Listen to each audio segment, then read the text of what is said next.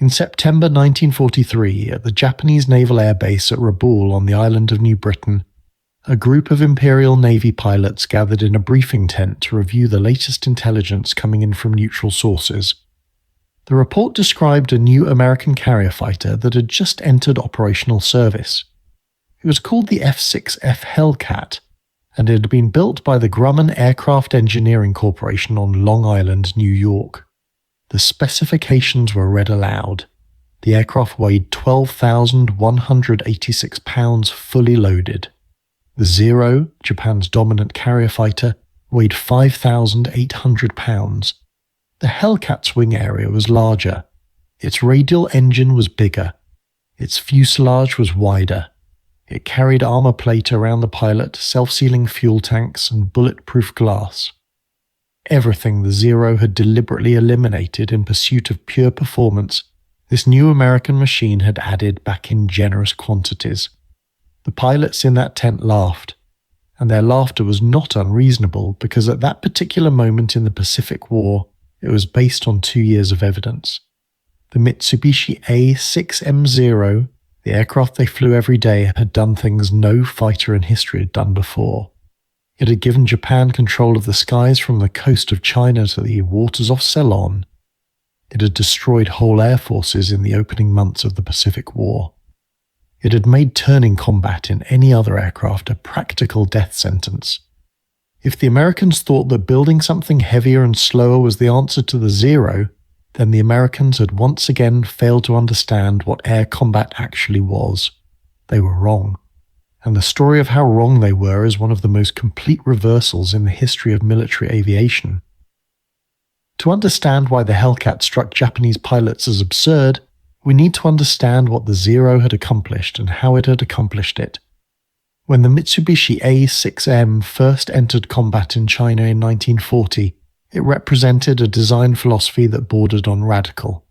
Its chief designer, Jiro Horikoshi, had been given an almost impossible specification by the Imperial Japanese Navy, a carrier fighter with the range of a medium bomber, the climb rate and ceiling of a dedicated interceptor, and the turning radius of an aerobatic aircraft.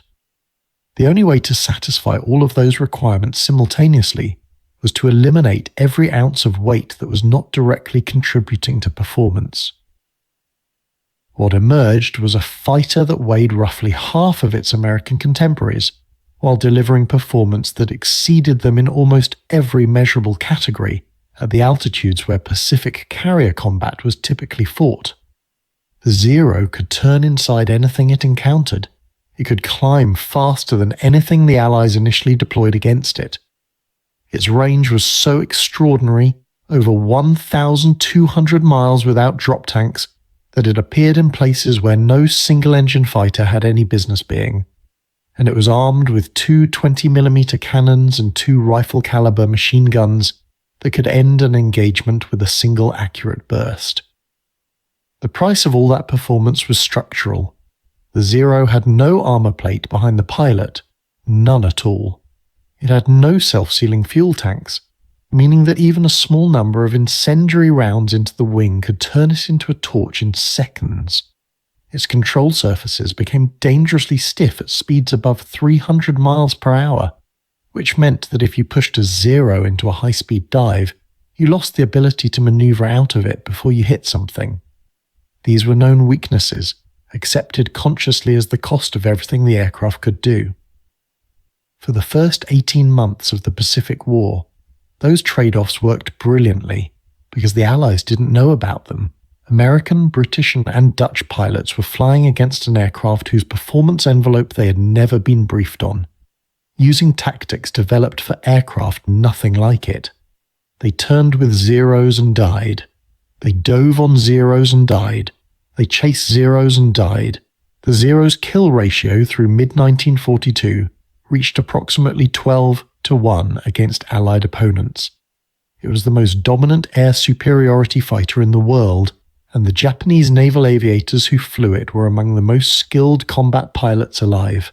Men who had been training for 3 years before the war began, who had logged 700 flight hours before their first combat mission, and who had been fighting continuously since before Pearl Harbor.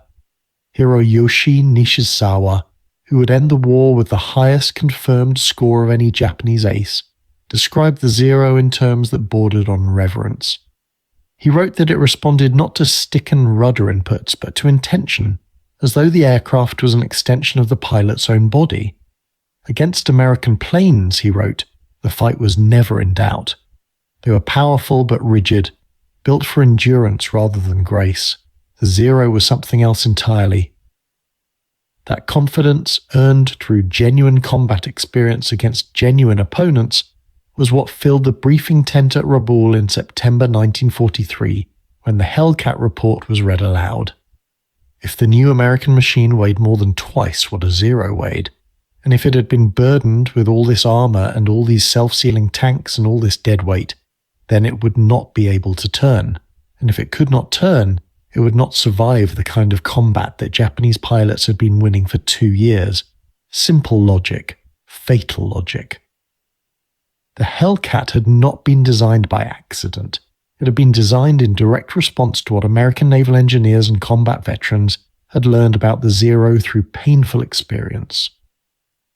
When a nearly intact Zero was recovered in the Aleutian Islands in the summer of 1942, American test pilots flew it extensively against every American fighter then in service and produced a report that was stark in its conclusions.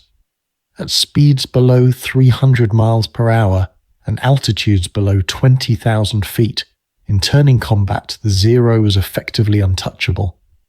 The only situations in which American aircraft had consistent advantages were at high speed, at high altitude, and in a dive.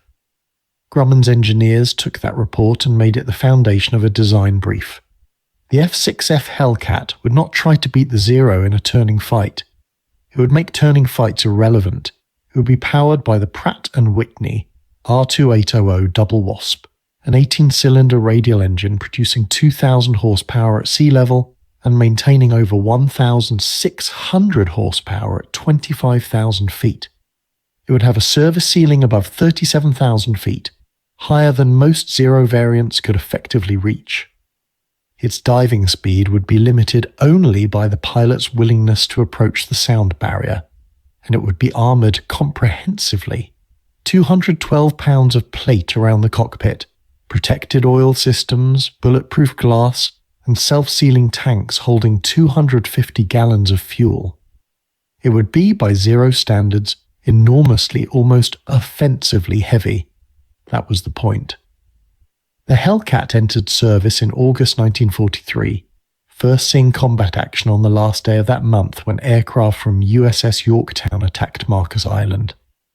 The initial engagements were limited and inconclusive enough that Japanese intelligence formed no particular concern, but the encounters that followed in September and October of 1943 began producing reports from surviving Japanese pilots that didn't fit the established framework. Petty Officer First Class Yoshio Fukui, flying escort for a reconnaissance mission, made the first documented engagement between a Hellcat and a Zero and lived to write about it. His account in his after-action report described encountering a heavy American fighter and immediately applying the standard response, a diving turn to get onto the enemy's tail. The technique had worked consistently for 2 years. The enemy should continue straight while Fukui curved around to the rear attack position. Instead, the Hellcat went vertical. Fukui tried to follow. His Zero, running a 1,130 horsepower engine against the Hellcat's 2,000 horsepower Double Wasp, began bleeding airspeed as it climbed. The Hellcat did not bleed airspeed. It accelerated upward at 3,500 feet per minute. At around 15,000 feet, with Fukui's Zero struggling and slow, the Hellcat performed a hammerhead turn, trading all its vertical energy for a precise reversal of heading, and came back down directly onto Fukui's tail. The American opened fire at roughly 400 meters. Fukui said he took 17 hits in approximately 3 seconds. He survived by dropping into a spin and breaking off. His wingman did not survive. The number 17 hits in 3 seconds is worth pausing on. The Hellcat carried 6 Browning M2 heavy machine guns, each firing 750 rounds per minute. At combat range, all 6 converging created a concentration of firepower that the Zero's light construction simply could not absorb. Each 50 caliber round delivered roughly 3,500 foot-pounds of energy on impact. The Zero had no armor. Its fuel tanks had no ceiling. What the Hellcat's guns touched, they destroyed. Through the autumn and winter of 1943, as engagements multiplied from Marcus Island to Wake Island to the Central Pacific atolls, a pattern emerged that Japanese combat reports began documenting with increasing anxiety. Hellcats did not fight the way American aircraft had fought before. They refused turning engagements. When Japanese pilots tried to maneuver into attack positions, the Hellcats did not attempt to countermaneuver. They dove away, built speed, climbed back to altitude, and attacked from positions of advantage. They worked in coordinated pairs, one aircraft covering the other, using radios to communicate continuously in the kind of tactical chatter that Japanese pilots, who often flew with radios removed to save weight, could not match. Lieutenant Commander Tetsuzo Iwamoto, one of Japan's most experienced carrier aviators with over 80 combat victories across China and the Pacific, wrote in late 1943 that the Hellcat represented a fundamentally different problem than previous American aircraft. Earlier American fighters could be defeated by superior Japanese technique. The Hellcat was designed to make technique secondary to physics.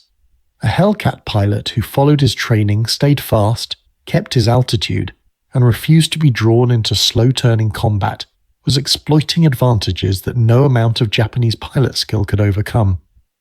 Iwamoto wrote that this realization was deeply unsettling because Japanese aviation doctrine had been built on the premise that spiritual strength and superior technique could compensate for material disadvantage. The Hellcat was making that premise look like wishful thinking. The energy fighting doctrine that Hellcat pilots had been trained on before ever leaving American soil was deceptively simple in concept. Maintain airspeed and altitude. Never sacrifice energy to gain position. Attack from above and behind, fire, then climb back out of the engagement zone before the enemy can respond. If pressed into a maneuvering fight, dive, build speed, and reset the engagement from a position of advantage. The Hellcat's weight, the very quality that had seemed so absurd to Japanese pilots reading intelligence reports, was what made this doctrine viable. A heavier aircraft in a dive accelerates faster and reaches higher terminal velocity. The Zero could not follow a Hellcat into a high-speed dive without losing control authority. The Hellcat could not be caught by a Zero in a climb. The engagement geometry was by design always favorable to the Hellcat pilot who followed his training. The Battle of the Philippine Sea on June 19, 1944, produced the day that ended any remaining Japanese illusions about the Hellcat and about the air war in the Pacific. It has been known ever since by the name a Lexington pilot coined in his ready room that evening, the Great Marianas Turkey Shoot. Vice Admiral Saburō Ozawa committed 9 aircraft carriers and approximately 450 aircraft to Operation A-Go, the plan to destroy American carrier power before it could close on the Japanese home islands. Against him, Admiral Raymond Spruance and Vice Admiral Mark Mitcher's Task Force 58 deployed 15 carriers and 956 aircraft, roughly 450 of them F6F Hellcats. American radar detected the first Japanese strike wave at over 150 miles distance, while the strike was still forming up over the Japanese carriers.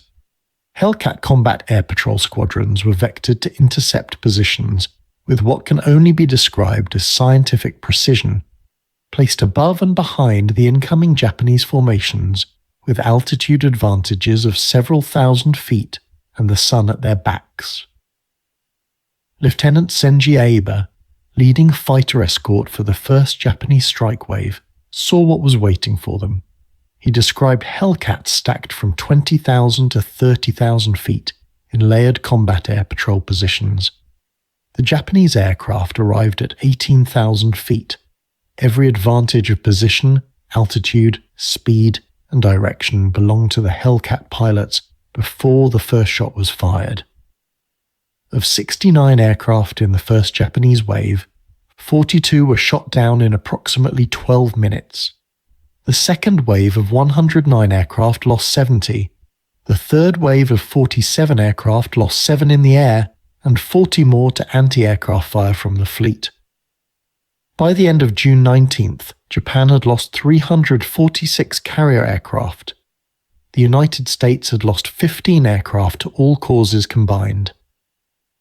Commander David McCampbell, commanding the air group from USS Essex, recorded 9 aerial victories across 2 sorties that day, and would later receive the Medal of Honor for his actions during the Battle of Leyte Gulf in October, where he shot down 9 aircraft in a single mission against a Japanese formation of 60.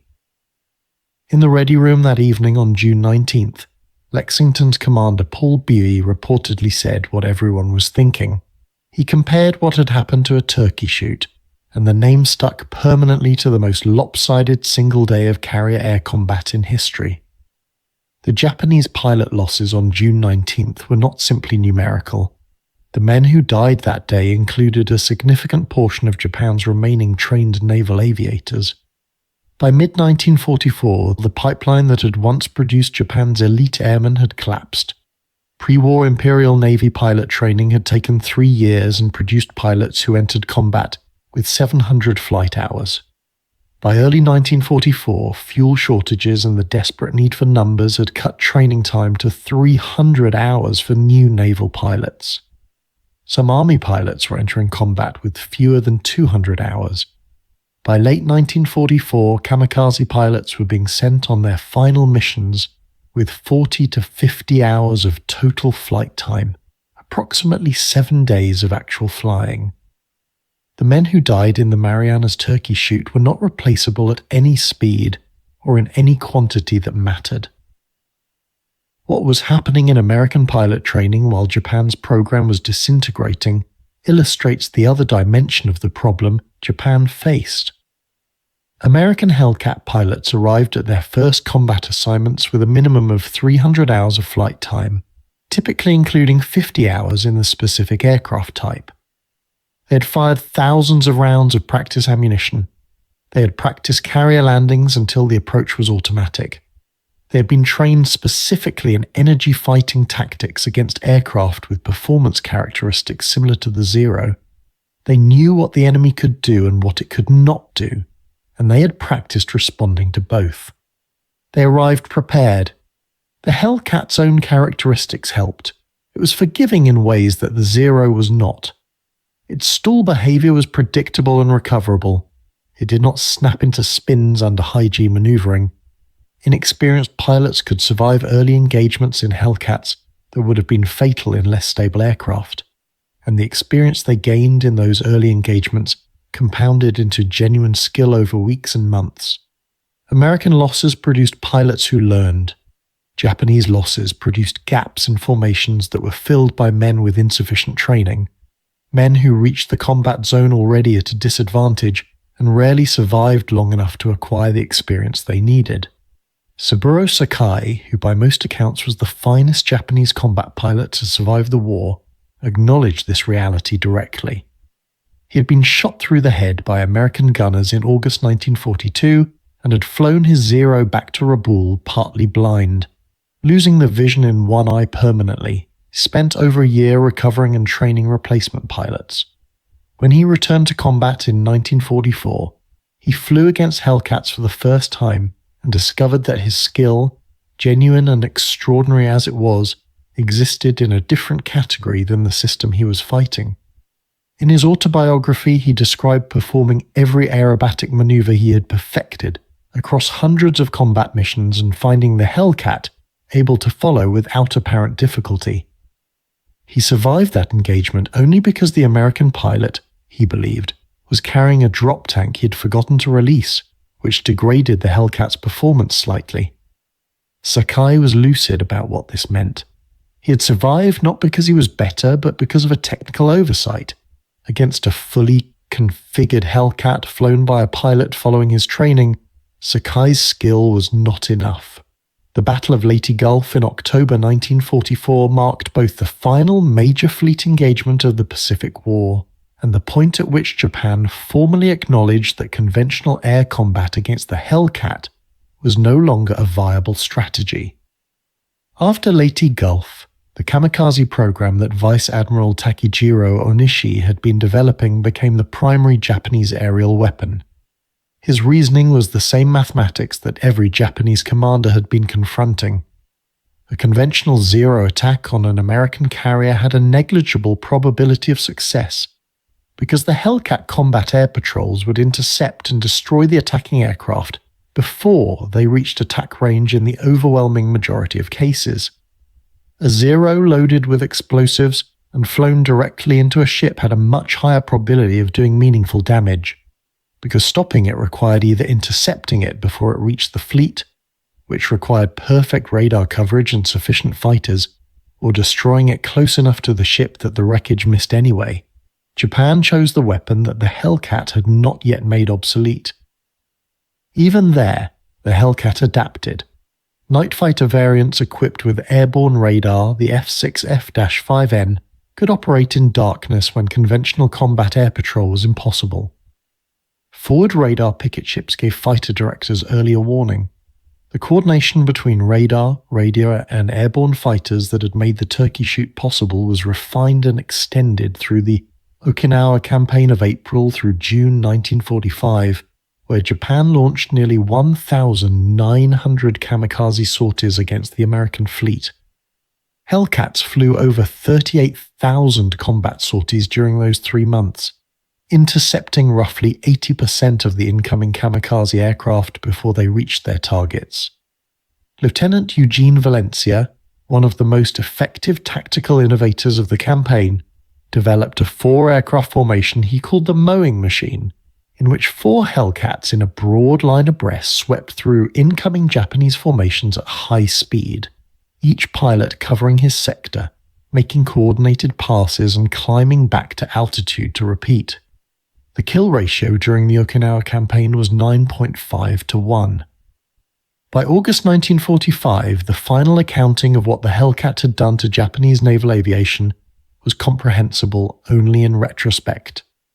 The aircraft had been in combat for 24 months. In that time, Hellcat pilots had been credited with destroying 5,223 enemy aircraft in aerial combat, at a loss of 270 aircraft to enemy fighters. The kill ratio of 19 to 1 is the most famous statistic in Pacific air combat history, and it requires some context to understand fully. It includes all Japanese aircraft types, not only Zeros, and it reflects the progressive collapse of Japanese pilot quality as much as the Hellcat's inherent superiority. Against experienced Japanese pilots in 1943, the Hellcat was better, but not invincible. Against the half-trained teenagers Japan was sending into combat by 1945, it was simply annihilation. The 305 Hellcat pilots who qualified as aces, meaning they shot down 5 or more confirmed enemy aircraft, are another way of measuring what the aircraft made possible. The Hellcat produced more aces than any other American aircraft of the Second World War. David McCampbell ended the war as the United States Navy's all-time leading ace, with 34 confirmed victories, all of them in Hellcats. Hiroyoshi Nishizawa, Japan's ace of aces with 87 confirmed kills, died on October 26, 1944, as a passenger aboard a transport aircraft that was shot down by Hellcats from a fleet carrier squadron. He was not flying. He had no fighter. Japan's greatest combat pilot, the man who had done more than anyone to establish the legend of the Zero, was killed by the aircraft his colleagues had laughed at 13 months earlier, without the ability to fight back. The Grumman factory at Bethpage on Long Island produced 12,275 Hellcats between 1942 and 1945. At peak production, a finished aircraft left the assembly line every hour around the clock. In 1944, the United States produced over 35,000 fighter aircraft of all types. Japan, in the same year, produced approximately 5,100. The production ratio had become as lopsided as the kill ratio, and for the same underlying reasons. American industrial capacity was organized around volume, standardization, and continuous improvement.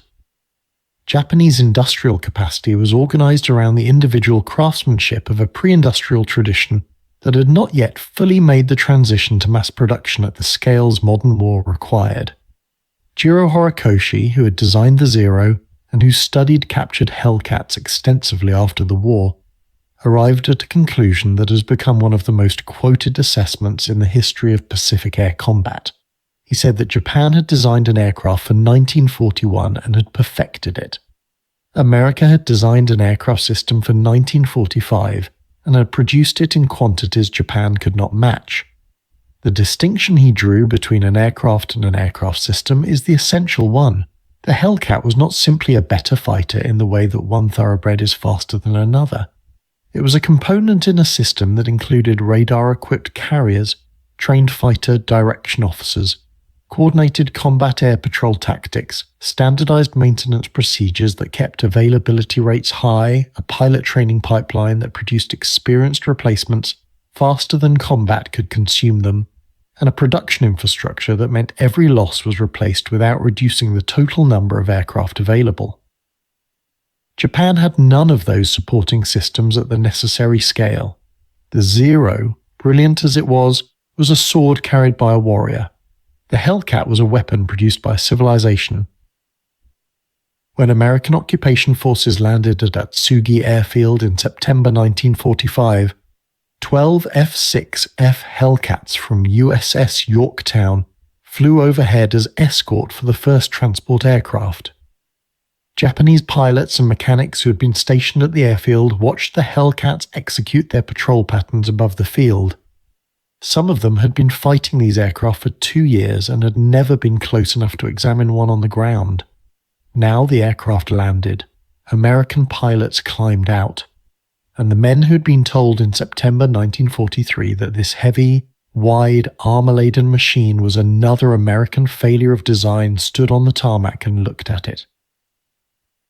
Saburō Sakai, who lived until 2000 and spent the last decades of his life speaking candidly about his wartime experiences, was asked in a late interview what he would want people to understand about the Hellcat.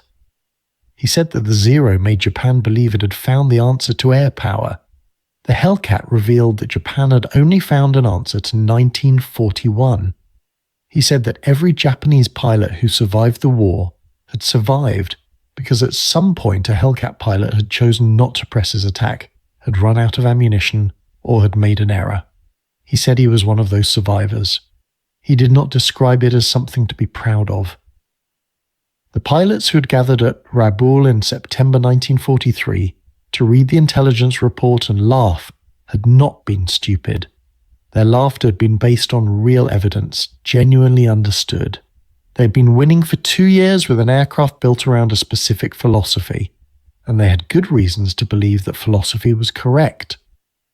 What they could not see, what they had no way to see from inside a briefing tent on New Britain, was that the Americans had spent those same 2 years studying every engagement, analyzing every loss, testing every captured aircraft, and building something that turned the Zero's philosophy against itself. The Zero's lightness, which gave it its extraordinary maneuverability, made it catastrophically fragile against the Hellcat's guns. Its lack of armor, which made it fast and agile, meant that pilots could not absorb punishment and return. Its dependence on turning combat, which had been its supreme advantage, had been rendered irrelevant by an aircraft that simply refused to turn with it. The laughter at Rabaul became, by June 19, 1944, the sound of 346 aircraft falling into the Philippine Sea. It became, by August 1945, fewer than 100 combat-capable naval aviators left in the entire Imperial Japanese Navy. It became Hiroyoshi Nishizawa, helpless in the back of a transport, falling to the aircraft he'd beaten in single combat and then never encountered again on equal terms. The Hellcat had not needed to be elegant.